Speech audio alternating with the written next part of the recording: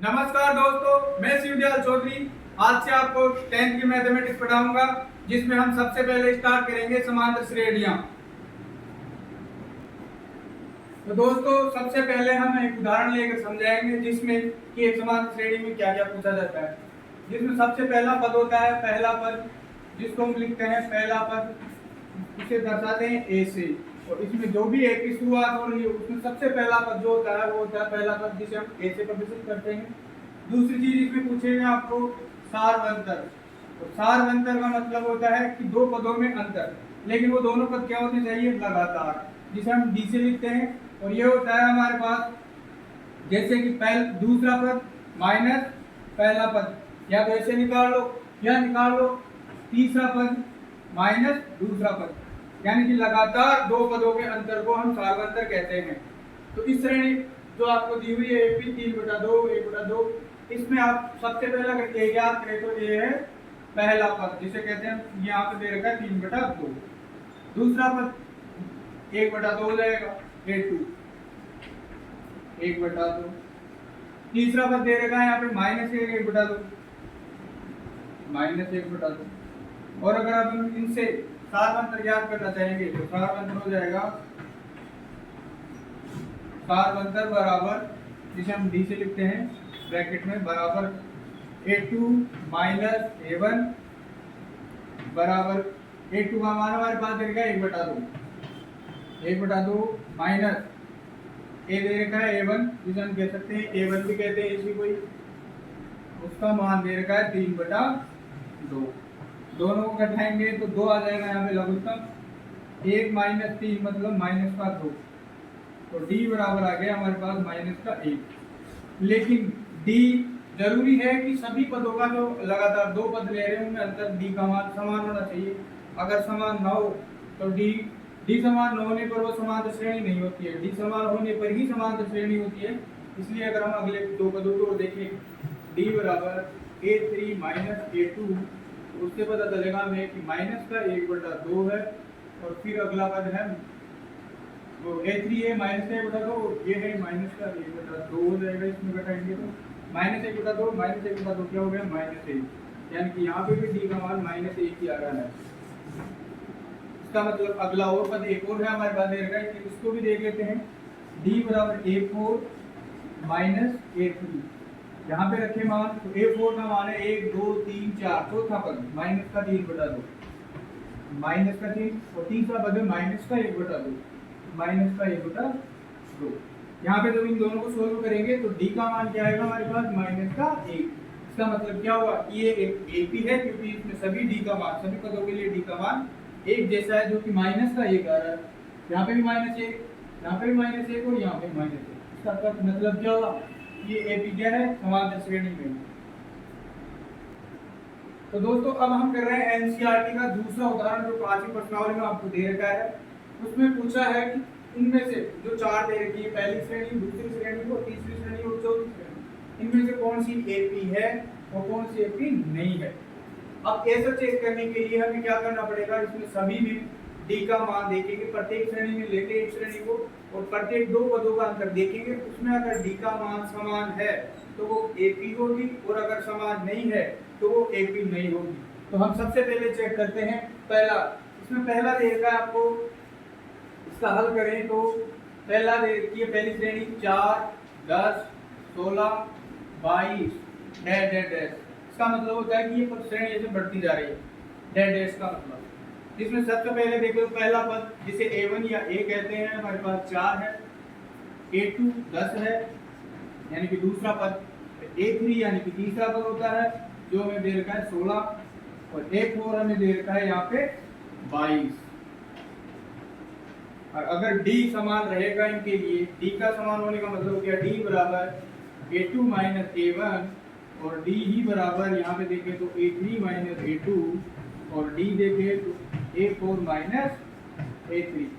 अगर यहाँ पे d, ये d और ये d एक जैसा रहेगा तो ये भी रहेगी, अदरवाइज नहीं रहेगी। तो पहले देखते हैं हम, d बराबर में A2 का मान दे रखा है 10, तो 10 रख दिया यहाँ पे, माइनस A1 का दे रखा है 4 रख दिया, 10 में से 4 गए तो 6 आ गया, इसका मान क्या आ गया 6। यहाँ पे चलिए तो d बराबर A3 का मान है 16 माइनस माइनस का चिन्ह और A2 का मान है 10, तो ये 10 रख दिए बराबर कितना आ जाएगा d बराबर 6।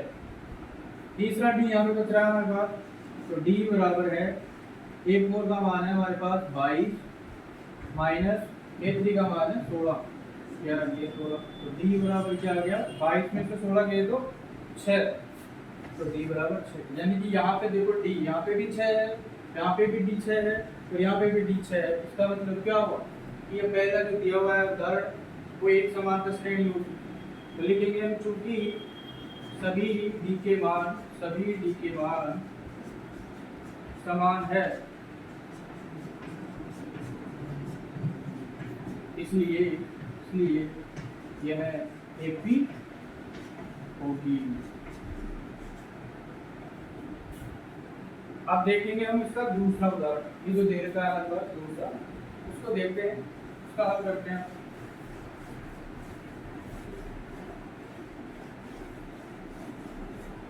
इसमें भी ये चेक करना है कि ये AP है या नहीं है। उसमें सबसे पहले हम देखते हैं हल, सेकंड का हल है। पर्सन दे रखा है हमारे पास 1, फिर दूसरा पद है -1, तीसरा पद है -3, चौथा पद है -5 और फिर है डेल z, इसका मतलब आगे बढ़ रही है स्क्रीन। तो सबसे पहला पद क्या है इसमें, A1 जिसे हम AB कहते हैं बराबर है 1, A2 का मान दे रखा है हमें -1 और A3 का मान दे रखा है हमें -3 और A4 दे रखा है -5। D निकालेंगे इसमें, अगर D का मान सभी के लिए समान रहेगा तो हमारे लिए क्या रहेगी, श्रेणी रहेगी, AP रहेगी, अदरवाइज नहीं रहेगी। तो पहले D के लिए हम देखते हैं D बराबर A2 A1 डैश, एक अगला D निकालेंगे इसमें A3 A2 और एक D और है हमारे लिए तो A4 A3। A2 का मान हमारे पास तो दे रखा है, यहाँ पे लिखा है हमने -1 है, तो D के लिए हमारे पास A2 -1 तो माइनस का चिन्ह यहाँ गया और फिर A1 -1, तो D पर कितना आ गया यहाँ से -1 और -1, अगर यहाँ पे माइनस और यहाँ पे माइनस है तो दोनों छोड़ेंगे और चिन्ह माइनस का आएगा, तो -2 हो गया। फिर चले यहाँ पे तो D बराबर A3 का मान कितना है -3 है, -3, फिर है चिन्ह माइनस का चिन्ह और यहाँ पे फिर वैल्यू माइनस किया तो इसको हम ब्रैकेट में लिखेंगे कि -1 है, तो D बराबर कितना हो जाएगा -3, और जब भी हम चिन्ह में माइनस माइनस गुणा करेंगे तो प्लस होगा, प्लस प्लस को गुणा करेंगे तो प्लस होता है, लेकिन अगर दोनों चिन्ह अलग अलग है तो माइनस आएगा हमें, तो यहाँ पे आएगा +1। माइनस के 3 बड़े हैं, प्लस का 1 छोटा है, इसका मतलब इसका फाइनल आंसर आएगा -3, तो कितना होगा 3 में से 1 दे तो 2, D का मान -2। अगला पद यहाँ पे देखते हैं D का मान, तो D बराबर A4 का मान है -5 और फिर चिन्ह माइनस का जो कि ये रहा और ब्रैकेट में रखेंगे क्योंकि ये भी चिन्ह -3 का है, ये -3, तो यहाँ पे भी D बराबर ये माइनस और माइनस प्लस हो गया, तो -5 + 3 बराबर D का मान आ गया -2। तो यहाँ पे भी D का मान -2, यहाँ पे भी -2 और यहाँ पे भी -2। तो मतलब क्या हो गया कि दूसरा प्रश्न जो है उसका उदाहरण का दूसरा ये भी एक AP है, इसलिए ये क्या है AP है। समझ में आ गया दोस्तों। अब हम देखेंगे इसका तीसरा प्रश्न।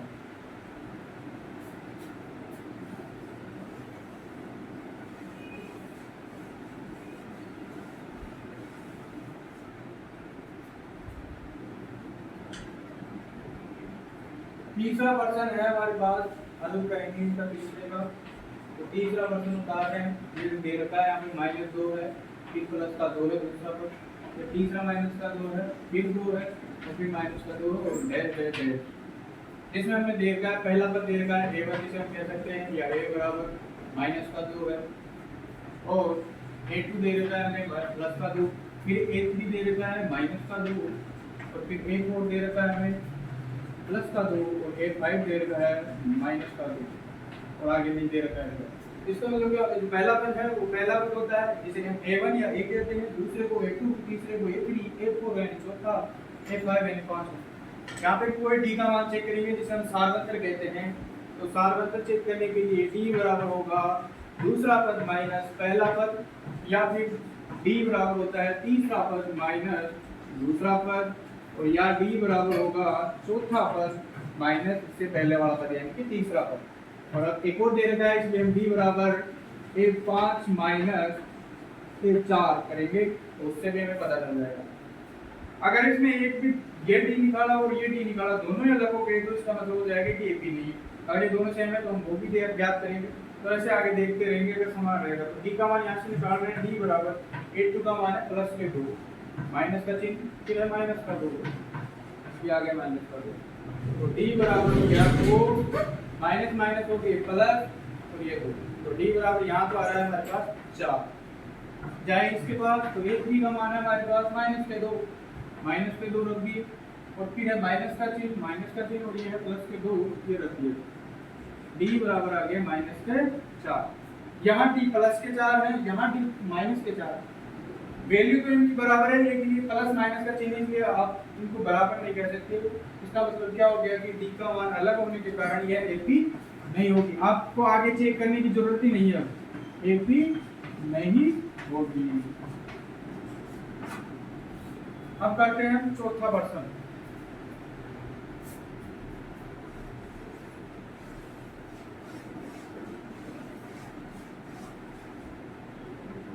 चौथा प्रश्न है जिसमें पूछा है हमें इसका हल करें तो दे रखा है हमें पहला पद 1 दूसरा पद 1 तीसरा पद 1 चौथा पद 2 पांचवा पद 2 फिर छठा पद 2 सातवां 3 आठवां 3 नौवां 3 और डेट है।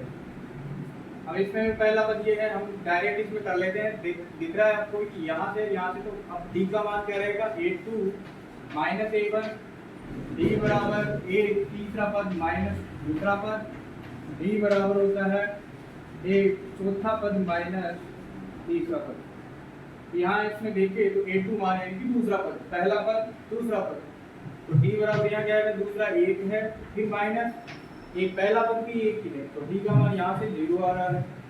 और यहाँ देखिए तो डी का मान आ रहा है तीसरा पद क्या है 1 2 3 1 है और दूसरा पद भी 1 है तो यहाँ पे भी डी का मान क्या आ रहा है 0।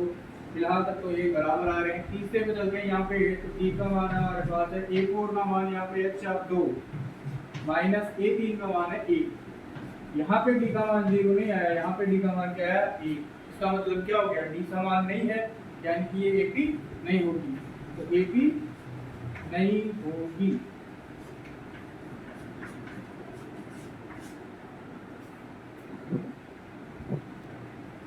तो दोस्तों अब हम करेंगे प्रश्नावली 5.1 के प्रश्न जिसमें पहला प्रश्न है उसमें पूछा है AP है या नहीं है।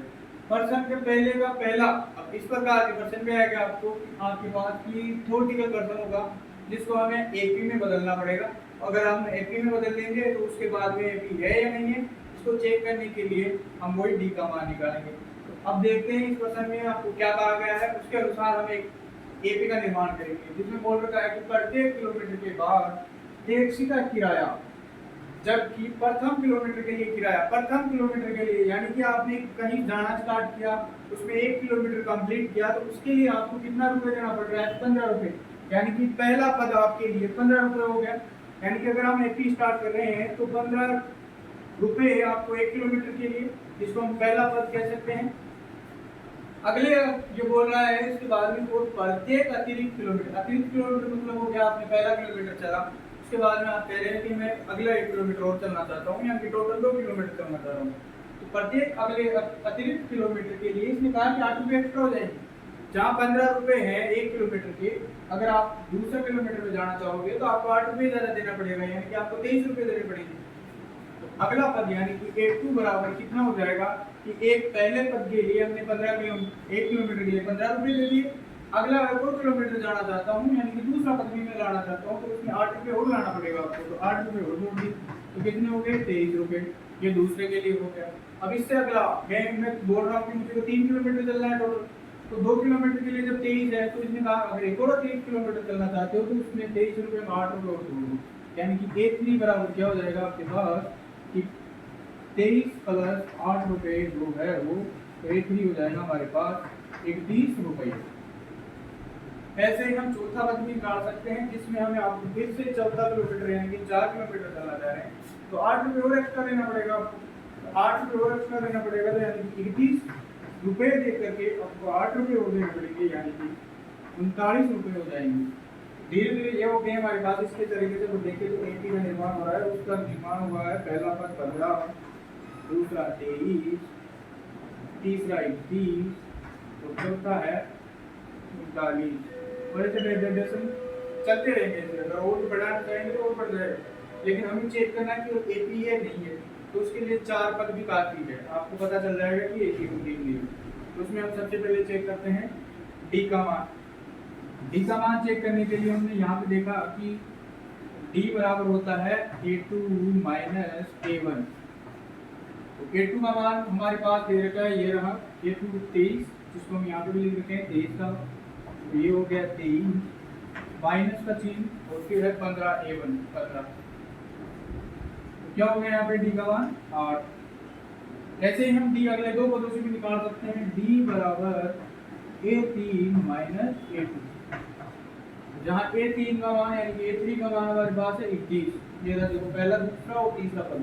तीसरा पद 3 दे रखा है माइनस, और उसमें दूसरा पद है हमारे पास 23, जिससे भी हमें क्या मिल रहा है 8। और अगर एक और डी निकालना चाहेंगे आप, तो यहाँ पे हम मान के उसके बाद में यहाँ लिख देंगे। तो डी का मान हमारे पास जो आएगा वो आएगा अगला a4 माइनस a3, जहाँ a4 का मान कितना है हमारे पास 39 यानी कि 39 माइनस a3 का मान है 31 31 31। 39 में से 31 गए तो हमारे पास बच रहे 8, यानी यहाँ पे भी डी का मान 8 है। ये रहा पहला डी, दूसरा डी का मान ये रहा 8 ही है, और तीसरा डी का मान भी ये रहा 8। यानी कि सभी डी के मान समान होने के कारण यहाँ तो प्रश्न में पूछा हमें कि एपी है या नहीं, तो ये पहले पर्सन का पहला जो पर्सन होगा पहले का पहला, उसमें क्या होगा एपी होगी। कारण ये साफ साफ कारण कि डी का मान समान है, डी का मान समान है, इसलिए क्या होगी एपी है। समझ गए? तो इस प्रश्नावली में जो पहला पर्सन है उसमें एक तो था ही हमने जो करवा दिया पहला, उसके बाद में इसमें दूसरा भी है जो नोटिकल है, पहले का दूसरा, पहले का तीसरा भी है इसी में, और पहले का चौथा भी, जिनको आप घर पे बैठ के सोल्व करना रखने और फिर बताना कि ये समझ में आ गए नहीं है। अगर जो भी प्रश्न आपको नहीं आया हो कमेंट बॉक्स में जाना और उसमें कमेंट करना कि मुझे ये प्रश्न नहीं आए, तो मैं फिर वो पढ़ूंगा और आपको ये प्रश्न करवाऊंगा। इसलिए हम दूसरा प्रश्न कर रहे हैं अभी। तो दोस्तों अब हम कर रहे हैं प्रश्नावली 5 का दूसरा प्रश्न, जिसमें हमें पूछा है एपी के प्रथम 4 पद ज्ञात करने हैं, जहां हमें दे रखा है इस प्रश्न में ए का मान यानी कि जो पहला पद है वो दे रखा है, और डी जिसे हम जानते हैं सारवंत्र कहते हैं वो दे रखा है। उसके बाद में हमें आपको अगला पद यानी कि दूसरा, फिर तीसरा और चौथा पद, 4 पद ज्ञात करने हैं। पहला तो दे रखा है, तो अब ये 3 हो ज्ञात करेंगे तो अपने आप प्रथम 4 पद ज्ञात हो जाएंगे। तो हम इसका अलग अलग तरीके हैं, जिसको हम पहले तरीके से करवा रहा हूँ, उसके बाद में दूसरा तरीके से करवा रहा हूँ। तो उसमें पहला तरीका जो है हमारे पास उसको सोल्व करने का वो ये है कि पहला पद आ गया, दूसरा पद निकालने के लिए हम उसमें सारवंतर जोड़ देंगे। दूसरा पद आते ही दूसरे पद में अगर सारवंतर जोड़ देंगे तो तीसरा आ जाएगा, और तीसरे में सारवंतर यानी कि डी का मान जोड़ देंगे तो चौथा पद आ जाएगा। तो इसका मतलब क्या हो गया कि a2 निकालना है यानी कि दूसरा पद ज्ञात करना है। तो दूसरे पद का मतलब क्या हो गया कि पहला पद उसमें और उसमें जोड़ेंगे क्या सारवंतर। तो पहला पद कितना है हमारे पास 10 प्लस ये भी 10 है तो 20, ये किसका मान आ गया a2 का मान आ गया, यानी कि दूसरा पद आ गया। अब हम तीसरा पद निकालेंगे यानी कि तीसरा पद बराबर है, इसका मतलब क्या हो गया, इसका मतलब होगा कि दूसरा पद प्लस सारवंतर। अब यहाँ पे दूसरा पद हमने ज्ञात कर लिया, ये रहा 20, a3 बराबर क्या हो जाएगा, दूसरा पद है 20 प्लस सारवंतर वही रहेगा 10 20 में 10 जोड़े तो 30, ठीक हो गया। अब तीसरा पद भी हो गया, हमें 4 निकालना है तो चौथा और निकालेंगे, यानी कि एक और इसका मतलब हो गया कि तीसरे पद में यानी कि तीसरा पद उसमें जोड़ना पड़ेगा हमें क्या सारवंतर। और हमारे पास तीसरा पद अभी ज्ञात किया a3 यानी कि 30, तो A4 बराबर हो गया 30 प्लस R1 क्योंकि 10 है जगह 10 बराबर 40। यानी हमें जो निकालना था प्रथम 4 पद, इसमें प्रथम पद हो गया हमारे पास 10, दूसरा पद हमने प्राप्त किया है 20, तीसरा हमने प्राप्त किया है 30 और चौथा प्राप्त किया है 40। यानी कि ये चारों पद ज्ञात हो चुके हैं। ये है हमारा पहला तरीका। और इसी प्रश्न को हम अगर दूसरे तरीके से करना चाहेंगे तो दूसरा तरीका एक सूत्र के द्वारा होगा जो आगे आप प्रश्नावली में बहुत काम आएगा। तो वो सूत्र भी बहुत बढ़िया है, उसके अनुसार करोगे तो भी अच्छी चीज है, ये से करोगे तो भी अच्छी चीज। आपको दोनों ही तरीके आने चाहिए। अगर आपको समझ में आ रहा है तो बता देना कमेंट। तो दूसरा तरीका जिसमें हमारे पास एक सूत्र होता है एपी में जो an बराबर a प्लस n माइनस 1 गुणा डी, जिसमें सबसे पहले हम आपको बता देता हूँ मैं तुझे कि ये देखो यहाँ पे a ये यानी कि प्रथम पद है। प्रथम पद जिसे हम एक को प्रदर्शित करते हैं तो पहला पद यहाँ पे आएगा। n का मतलब यहाँ पे क्या होता है, n बराबर होता है पदों की संख्या।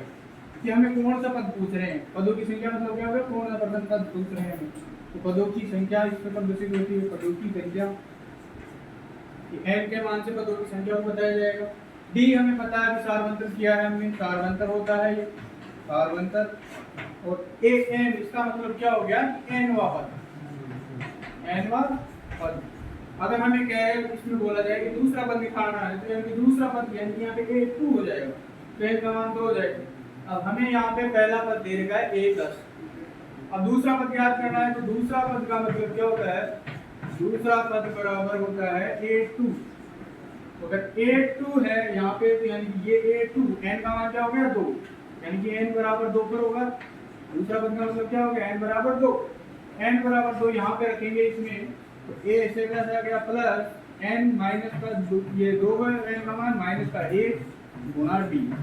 सोल्व करेंगे 2 में से गया तो 1 आएगा, 1 गुणा d, 1 d हो गया तो a प्लस d। यहाँ पे a2 का मान आ जाएगा। तो a2 बराबर हो गया हमारे पास a का मान है 10 प्लस d का मान है 10 बराबर क्या आ गया 20। ये दूसरा पद हो गया। ऐसे अगर हम तीसरा पद निकालेंगे, तीसरा पद का मतलब क्या होता है a3।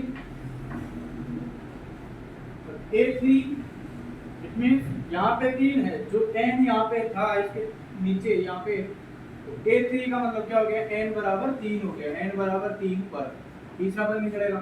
तो n बराबर 3 में a3 बराबर क्या हो गया, a प्लस 3 माइनस 1 गुणा d। यहाँ पे n 3 हो जाएगा तो 3 माइनस 1, इसका मान क्या हो गया a ऐसे कैसे आ गया प्लस 3 में से गया तो 2, 2 गुणा d 2d। यहाँ पे जो जो मान दे रखे वो रख देंगे हम इसमें। a का मान दे रखा है हमें 10, रख दिया 10 प्लस 2 और गुणा में है d 10, तो 2 गुणा 10, ये कितना हो गया 10 प्लस 2 दूनी, ये 10 दूनी 20, ये हो गया हमारे पास a3 का मान 10 प्लस 20 हो गया। यहाँ तक आ गया a3। और अब हम बात करें a4 की, तो a4 में क्या हो जाएगा, n का मान 4 हो जाएगा।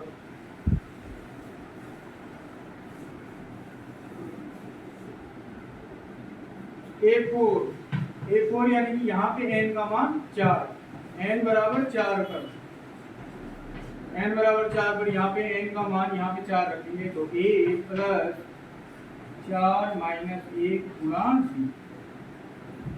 a4 बराबर क्या हो गया, a प्लस 4 में से गया तो 3d।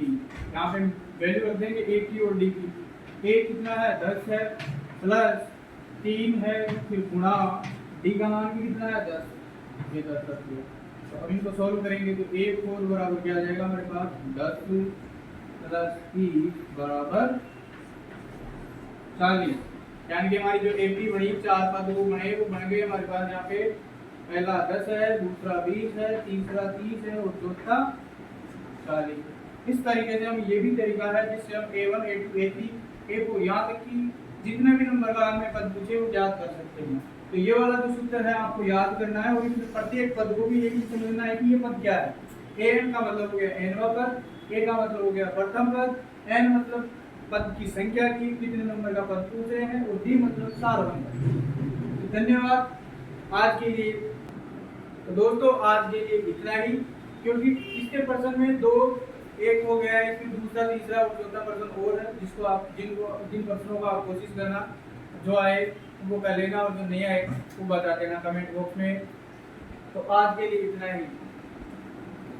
हमारे इस चैनल को, जो कि हमें माई कोचिंग क्लासेस है, इस पे जो डाले गए वीडियो आज हमने डाला है उसको लाइक एंड शेयर करना, और चैनल को सब्सक्राइब भी करना, और बेल आइकन जरूर दबा लेना, ताकि जब भी हम नेक्स्ट वीडियो डालें तो आपको जरूर इन्फॉर्मेशन मिल जाए। धन्यवाद।